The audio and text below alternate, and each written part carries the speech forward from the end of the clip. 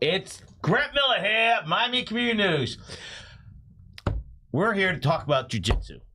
I have here Coach Alex and Master Boca. Before we get into what Master stands for, you guys have a studio. Mm-hmm. Do you call it a studio? Do you call it a gym? What do you call it? We call academy. Academy. And where's it located, Alex? It's located in Westchester. The heart of Westchester. The heart of Westchester, yes. So, where do you guys meet? We meet in the school, like I bought a school, and then I have a jiu-jitsu program, and then she trained capoeira. And then we met there, then I fall in love, and then I don't let she escape. So, rumors were in the jiu-jitsu world is that she whooped you one day in the gym, the academy. Is that true? She took you down? No? Yeah. Good answer. Okay, so let's talk about it a little bit. So you have a location. It's in Westchester. How long you have had the Boca location? We have this location for almost 3 years. I used to work before in this location, and then I buy the whole business, and then now we are around like 4 years. Oh, exciting. What's the address? 2656 87th Avenue. It's next between Coraway and Burr Road, very close to Publix, Walmart. It's in 87. It's on 87th Avenue between Coraway and Bird Road. Yeah, it's on the middle of Westchester. Michelle, can we put the address in? What is it again? 2656 Southwest 87th Avenue. Let's put it across the bottom. So you got clients. Your clients come from where? Local, all over?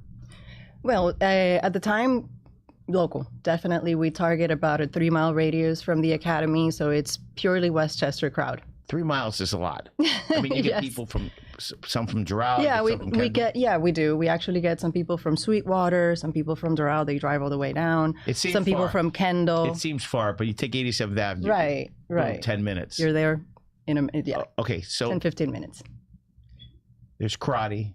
There's all these things. What's jiu-jitsu? Where was it founded? Where did it come from? Because most people have no clue. Okay, jiu-jitsu, people doesn't know, but come from the Hindus 2,000 years ago.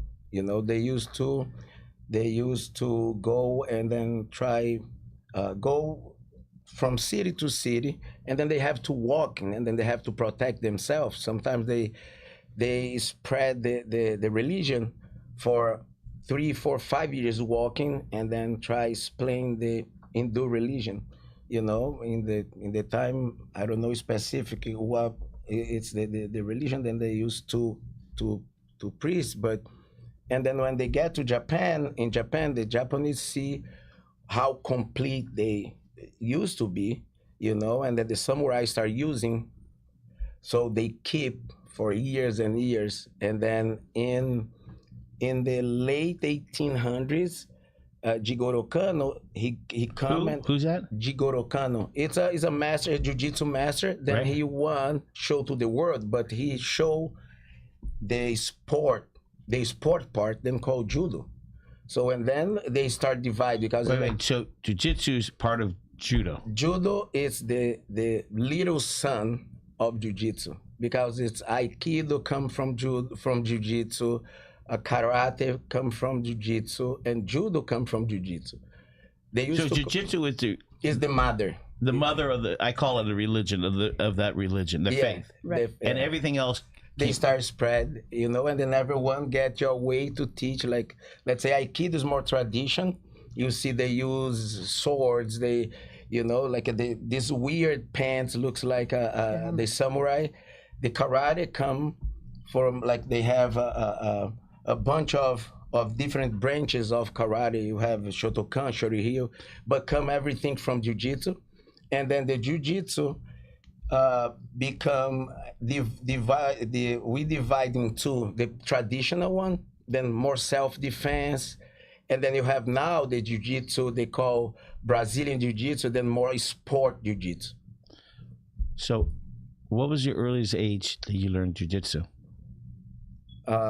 My early. How old were you when you? I was with 20. No. When did you learn jiu-jitsu? 20 years old. I started with 20. I came from Capoeira, and my father used to be Navy SEAL in Brazil. And then he showed me something then completely weird, like a hug and then get locks. And then I say, this is interesting. I think I'm gonna train. And then I train only to support Capoeira, and then I left. Where is that? Here or? In Brazil. It's 1994. What city did you live in Brazil? I come from Recife. Is the city of the sharks, you know, like we have a lot of shark attack. Everybody knows in this world of like in jiu-jitsu, like everybody know, no, you come from the shark attack city. So when did you learn jiu-jitsu or all the other ones? For me, it's been a little different with jiu-jitsu. I come from capoeira, which is a very... Move your mic right in front of you. Go ahead.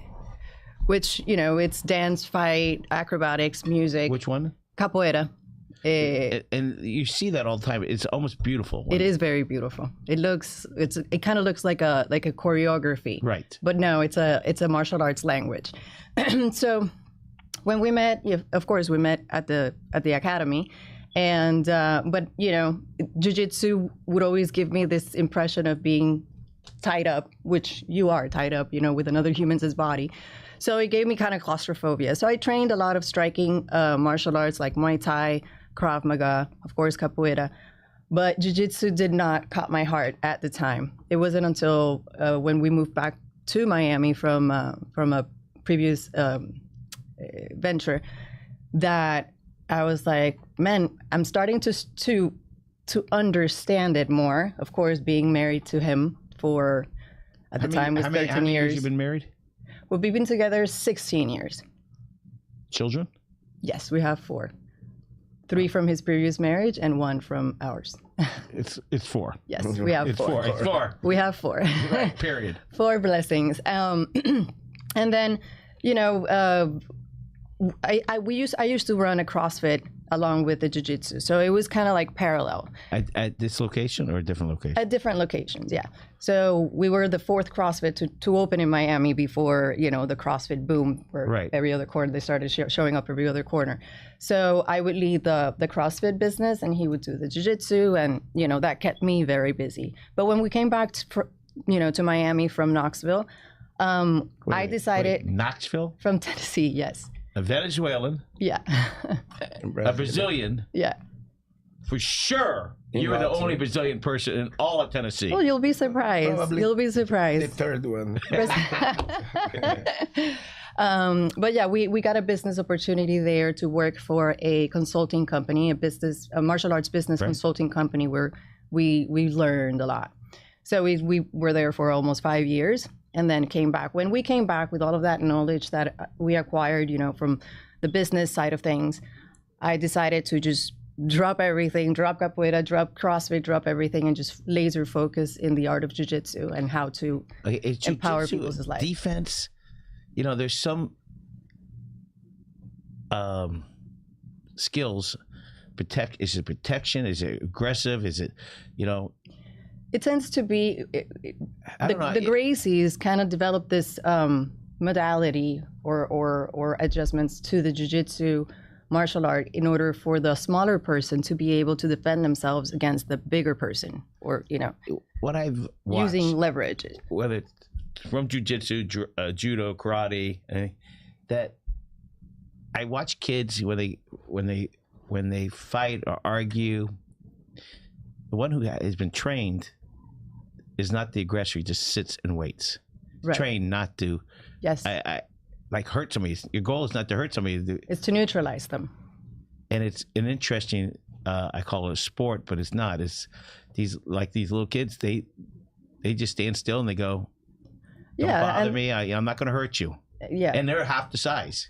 Yes, that's. And how much the case? Self-confidence. People that take jiu-jitsu, it seems like their confidence is booming. Well, the thing is that the way that I see it, how the kids develop into it, we get kids with a lot of, you know, situations going on in their lives. It could be bullying. It could be, you know, lack of self-control, ADHD, even, you know, spectrum, being in the spectrum. And jiu-jitsu helps them in a way that they try to have to manage how to get comfortable within the uncomfortable.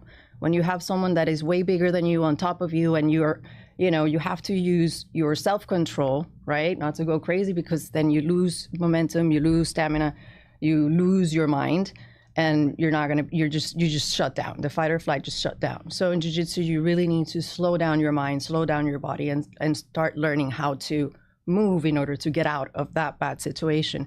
So the continuous training of these, you know, getaways, or escape moves, really give you the patience, really allow you to assess and slow down, and you're able to conquer the opponent. So Boca, most of your clients, are they adults or kids? Kids. We And have men and women. men. In the Men. kids class, we have almost even men, boys and girls. But with adults, you have mostly men. Mostly men. What is the age, an average age of a man that goes there? Men, they go from 18 to 60. All right, good. I'm out of that. 60s. I'm over that age, so I'm okay. Okay. Now, how do they get in shape? These kids, do you know, when the classes are 2 days a week, 3 days a week, 1 day a week? What do they come, Alex? We teach 3 days a week, Monday, Wednesdays, and Fridays. And if I want to sign up a kid, We would put you to, you know, through a free trial, which is for a week, 3 classes. So what we do in those introductory classes, we do a little assessment. We take into consideration motor skills. We take into consideration, you know, their confidence level, and their capability to follow directions.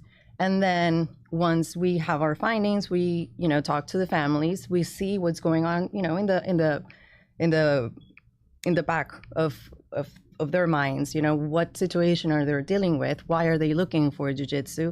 And then we put it together into how we can help that child. jiu-jitsu builds discipline. Am I correct? Yes. Yes. It's think like when you learn a new skills, in the same time you have to control your mind. You have to understand. You have to get, and then with, as been said, you start get a lot of confidence, because you say, look, if I be able to be comfortable in a comfortable position under somebody 2 times my size, I don't need to be panic. I don't need to be scared. I know I can carry myself.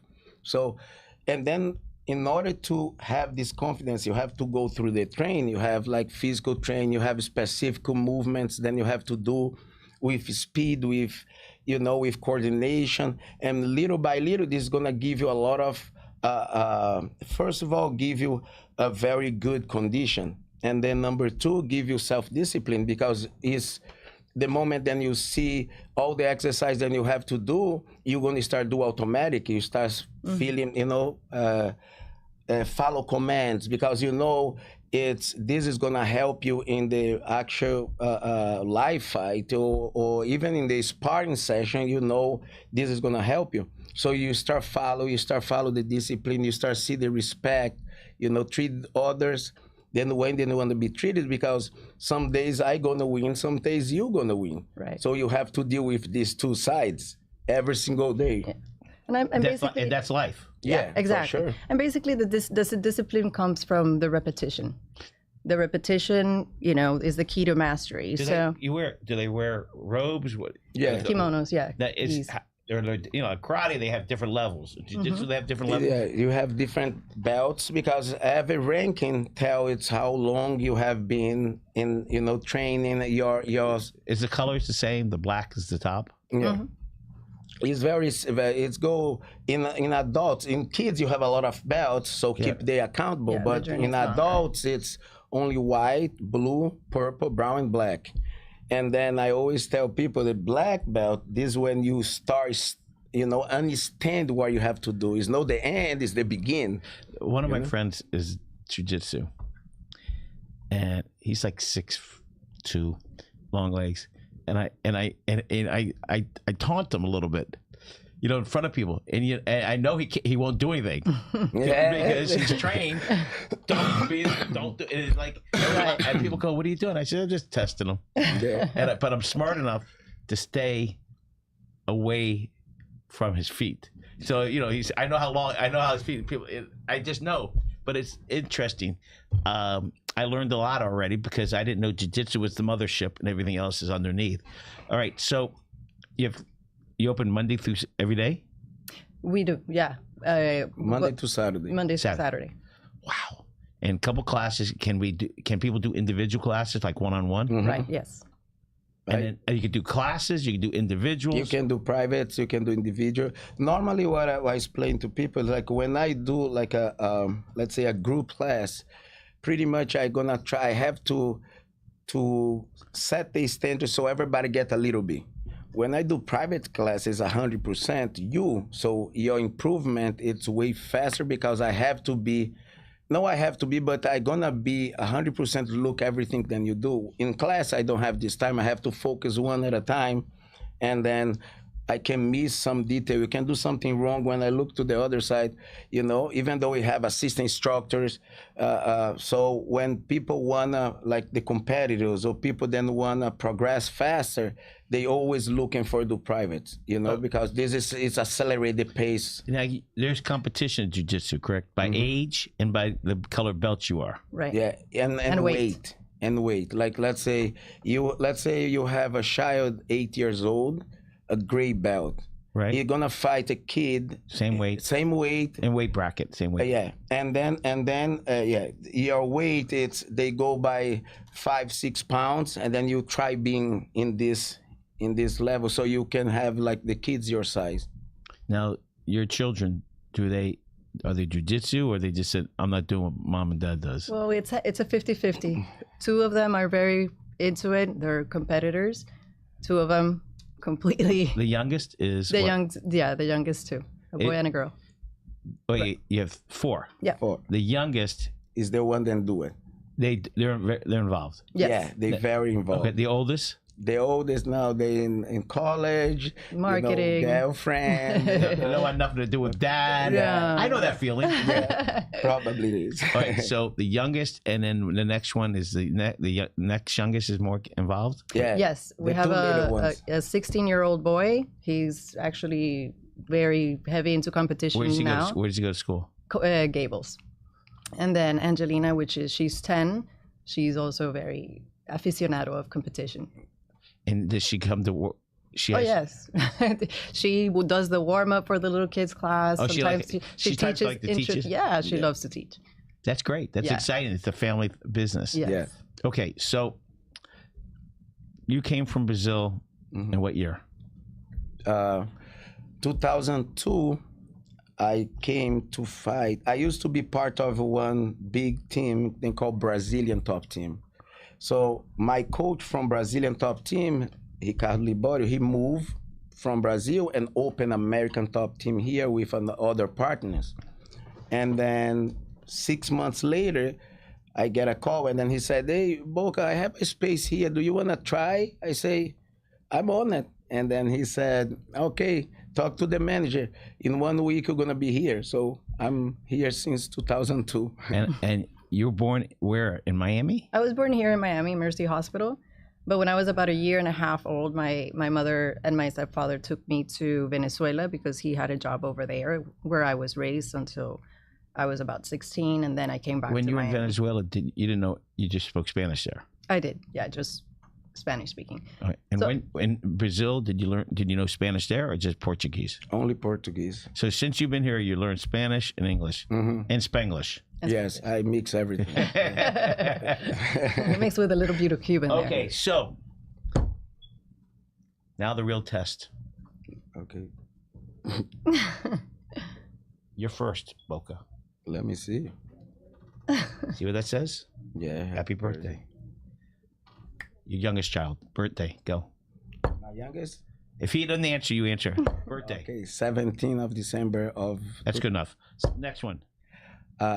March 20th. Next one. April 15th. Next one. June 5th. Your wife's. 23 of July. Is that right? Yeah. In-laws. Vovó Vera and Senhor Moacir. Birthdays. Vovó Do you know Vera. them? Vera is July 9th.